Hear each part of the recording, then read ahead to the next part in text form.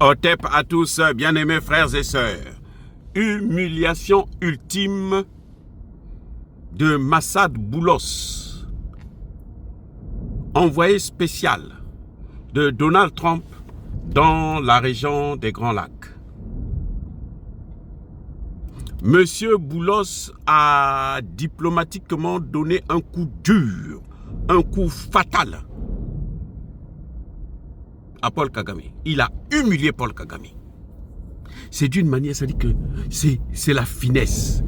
Si vous savez que il faut être un diplomate pour comprendre ce qui s'est passé.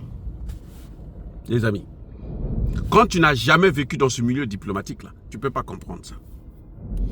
Quand vous écoutez Boulos, ce qu'il a dit à l'ambassade des États-Unis, parce qu'il n'a pas présenté une conférence de presse avec Kagame, il a présenté sa conférence de presse seul à l'ambassade des États-Unis. Les amis, vous croyez que non, Boulos est venu, il n'a rien dit à Kagame. Non, il a donné un coup fatal par les gestes. Je vous ai déjà dit qu'en diplomatie, là, les gestes comptent. La façon dont tu tends la main à quelqu'un, la façon dont tu regardes la personne, la façon dont tu marches, on sait tout, on voit. Ça se lit. Les diplomates, un vrai diplomate, un expert dans le domaine de la science politique, il lit tout. Les amis, je vous dis que Boulos a massacré Paul Kagame. C'est ça qui a fait que Paul Kagame a déliré carrément. Quand un chef d'État vient dans un discours public, toute sa population écoute.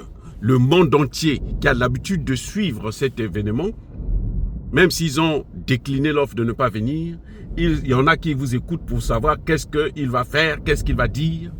Tu viens insulter grossièrement des États comme les États-Unis d'Amérique, le Canada, la Grande-Bretagne, la Belgique. Insulte, je dis bien insulte. Quand tu en vois, tu dis go to hell. Allez vous faire foutre.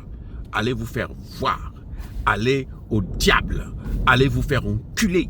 Allez vous faire... Mais c'est-à-dire qu'un chef d'État ne peut pas parler comme ça. Go to hell, mais c'est grave. Oui. Encore quand tu es dans les coulisses là avec tes amis, tu peux pas. Mais un discours public, et il a répété ça plus d'une fois. Ça n'a pas de sens. C'est la gifle diplomatique que Boulos lui avait donnée. C'est ça, ça ce sont les effets. Les amis, c'est ça. Maintenant, je vais vous dire c'est quoi exactement. Qu'est-ce que Boulos a fait? Vous savez que le 7 avril, chaque 7 avril, depuis 31 ans maintenant, les Rwandais commémorent le massacre, leur génocide. Hein? Les Tutsis ont tué les Hutus ont tué les Tutsis ont tué les Tois, ainsi de suite. Donc, entre les Rwandais, là, ils se sont massacrés. Mais bon, Paul Kagame, bien sûr, comme c'est lui l'instigateur, puisque c'est lui qui a ordonné qu'on puisse abattre l'avion d'Abiyarimana, c'est qui a déclenché justement cette avalanche de crimes, de génocide, de criminalité. Eh bien, il fait croire que c'est le génocide Tutsi. Non, Anthony Blinken, le secrétaire d'État américain, lui, il a confirmé que ce n'est pas le génocide Tutsi, c'est le génocide rwandais. Bref, ce jour est un grand jour pour tout Rwandais. Vous avez vu que Kagame a réussi même à stopper un concert humanitaire organisé par Maître Gims en France le 7 avril. En France, pas en Chine, hein, en France. Pas au Rwanda, en France. Il a réussi à annuler ça. Pour montrer, bien sûr, ça montre la complicité de Macron, hein, le soutien de Macron. Macron est toujours soutenu. C'est d'ailleurs pour ça que Kagame ne cite pas le nom de la France quand il insulte tout ce monde. Alors, qu'est-ce qui se passe? C'est que Boulos arrive donc le 7, le jour même de la commémoration. Mais un voyage comme ça ne se fait pas comme ça par hasard. Il a été averti, on a donné le protocole. On sait qu'il arrive tel jour, il repart tel autre jour. Il ne vient pas par surprise. C'est quand même un officiel qui est passé par le Sénat américain. Donc il ne se déplace pas comme ça. il est accueilli, quand il se déplace, il est accueilli par l'ambassade des États-Unis. Il a le titre d'un ministre et il arrive avec la représentante spéciale, hein, la vice-ministre des Affaires étrangères chargée des questions africaines. Vous voyez, avec le directeur, la directrice du département de machin. Donc, c'est un colosse qui était venu. Donc, ils sont informés, ils savent qu'ils arrivent. Comme ils savent qu'ils arrivent, Paul Kagame organise ces trucs en fonction de l'agenda de Boulos. C'est-à-dire, Boulos arrive, après, moi je prends Boulos, je l'amène à la commémoration pour narguer le Congo, pour narguer l'Afrique, pour narguer le monde entier. Parce que si un officiel américain est venu au Rwanda et il est là le 7 avril, il est en train de manifester avec vous, mais vous êtes sortis de l'isolation. Les amis, hey, hein? Ça c'est la diplomatie. Donc Kagame a voulu jouer comme il a l'habitude de jouer. Il se disait que Boulos arrive, je l'amène. Et la présence de Boulos suffisait à la cérémonie là pour dire que la communauté internationale est avec lui. Parce que c'est les États-Unis. Voilà. C'est une grande puissance. La première ou aujourd'hui la deuxième puissance économique et militaire du monde. Donc quand eux ils sont là, c'est comme si le monde entier était là. Boulos avait compris le jeu. Boulos a dit, je dois l'humilier. Parce que Boulos, en choisissant le jour du 7, il pouvait venir le 8. Il a choisi le 7 là. Parce qu'il voulait justement l'humilier. Parce qu'il voulait montrer au monde entier que l'Amérique ne soutient plus Paul Kagame. Oh, oh. Ça c'est la haute diplomatie, les gars. Ça c'est la haute diplomatie, la très haute diplomatie. Boulos savait que si je me présente là, je sors Kagame de l'isolation. Je lave l'image de Kagame. Mais moi j'arrive, je ne vais pas là-bas. Je suis là sur le terrain, je ne pars pas pour le détruire. Parce que c'est le choix. Ou tu le laves, ou tu le détruis. Et il a choisi de le détruire. Parce qu'il arrive avant même que Paul Kagame n'aille à la cérémonie. Puisque Paul Kagame, pour lui, il se disait que comme c'est une grande cérémonie chez nous et dans le monde, c'est reconnu. Puisqu'avant, tous les chefs d'État là venaient, ils envoyaient des représentants. Comme c'est une grande cérémonie, lui, comme il va venir, il viendra à la cérémonie. Et je veux narguer tout le monde. Je veux montrer que moi, je suis un homme fort. Mais l'autre aussi est venu cette date-là. Il a choisi cette date-là juste pour le humilier, Paul Kagame. Les amis. Vous voyez le jeu. Paul Kagame se dit, comme il a choisi cette date-là, donc il sera à la cérémonie. Moi, je vais en profiter pour laver mon image. Mais Paul Kagame ignore que lui, Boulos, il a choisi cette date-là, justement pour l'humilier, pour montrer qu'il n'est rien. Oh, les amis, soyez bénis, soyez bénis. On va continuer, les amis. Alors, les amis, il arrive le matin, il préfère aller à l'ambassade des États-Unis. Les amis, c'est ça qu'on appelle un malin, malin et demi. Quand on est malin, malin et demi.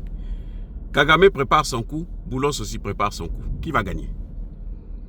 Boulos arrive, pendant que Kagame est en train de l'attendre pour qu'ils aillent ensemble, ou bien séparément, qu'ils puissent le rejoindre. Boulos arrive, il va à l'ambassade des États-Unis, il va s'asseoir là-bas, il va attendre jusqu'à la fin de la cérémonie. Pour dire à Kagame, coucou, je suis là, viens maintenant écouter mon verdict. La décision du président américain Donald Trump. Viens écouter ça. Vous vous rendez compte? Apparemment, ils ne se sont même pas rencontrés à la présidence de la République. Apparemment. Je n'ai pas eu de précision là-dessus. Mais en tout cas, ce qui est certain, c'est que Boulos n'a pas organisé une conférence avec Kagame. Il a organisé une conférence seul après, quand Kagame était déjà parti. Les amis, c'est incroyable mais vrai.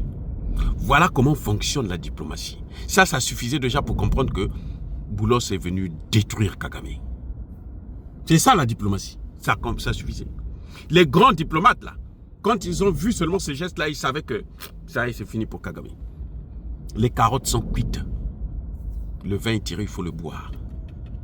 Le discours que vous avez entendu Boulos dire, non, on va faire le partenariat économique et tout, machin.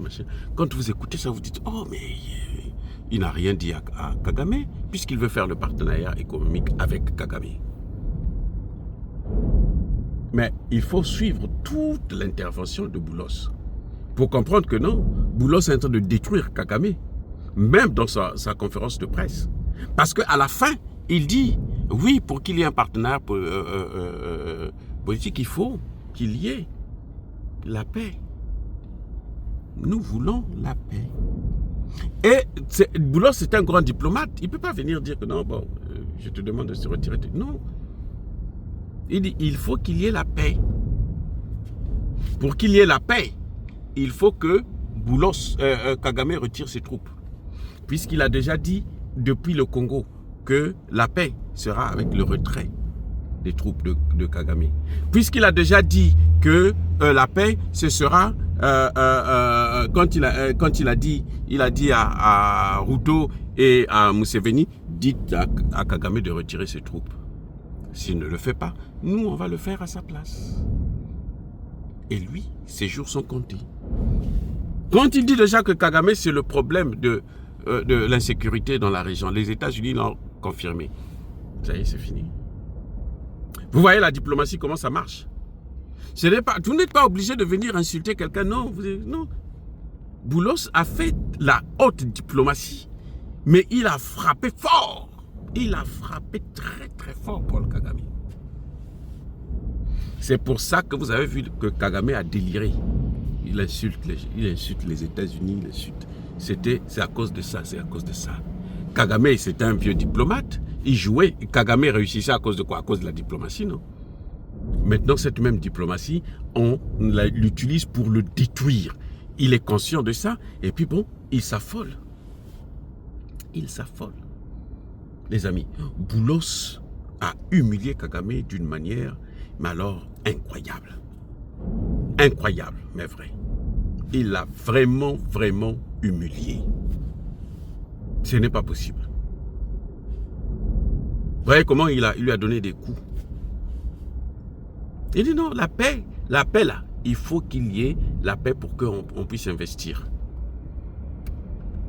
Donc pour qu'il y ait la paix en RDC, pas au Rwanda, hein, en RDC, il faut que Kagame retire ses troupes. C'est ça ce que ça veut dire. C'est la diplomatie, c'est ça ce que ça veut dire. Le geste lui-même là montre déjà que non, ça n'a rien à voir. Aller présenter la conférence de presse à l'ambassade des États-Unis, ça veut dire que non, moi je n'ai pas confiance en ce type-là. C'est un criminel, je n'ai pas confiance en lui. Et quand il finit la conférence de presse, il prend son voile et il s'en va. Donc Kagame est lâché. Qu'est-ce qu'on peut dire d'autre? Qui dit mieux? Les amis, qui dit mieux? C'est fini. C'est fini pour Kagame. La fin du règne d'un dictateur, d'un criminel. Mobutu est passé par là. Et à l'époque, Kagame avait des ailes. C'était l'homme fort. Et il rigolait. Maintenant, exactement ce qu'on a fait à Mobutu, c'est ce qu'on est en train de lui faire. Ne soyez pas surpris d'apprendre que bon, on l'a fait sauter même du pouvoir. Ou on l'a envoyé au repos éternel. Ne soyez pas surpris. C'est-à-dire que moi, je ne serais pas surpris. Vous voyez? C'est ça la diplomatie. Oh, bien-aimés frères et sœurs, encore une fois de plus, merci pour le soutien, pour les likes et autres, les partages, tout ça, pour les commentaires. Je suis très heureux de vous lire souvent. Je réponds pas tout le temps, mais de temps en temps, j'envoie un petit mot comme ça et tout pour vous faire signe que je suis avec vous. Parce que n'oubliez pas que je lis tout ce que vous envoyez. Je lis tout. Ah oui, je lis tout. Voilà. Quand je ne lis pas, quand moi je n'ai pas le temps de lire, j'ai des gens qui m'aident à lire et puis me font des résumés, des commentaires. Ah, j'ai de la famille qui lit pour moi. Parmi vous là. Allez, encore une fois de plus, soyez bénis, abondamment bénis par le Dieu des Kémites et par nos ancêtres angélisés, mais que tous ceux qui persécutent le continent africain, le pillent et le déstabilisent, qu'ils soient noirs, blancs, chinois, arabes, juifs, indiens ou qui qu'ils soient punis, maudits, foudroyés, neutralisés, écrasés, effacés par le Dieu des Kémites et par nos ancêtres angélisés. Vive l'Afrique éternelle, j'ai dit et j'assume.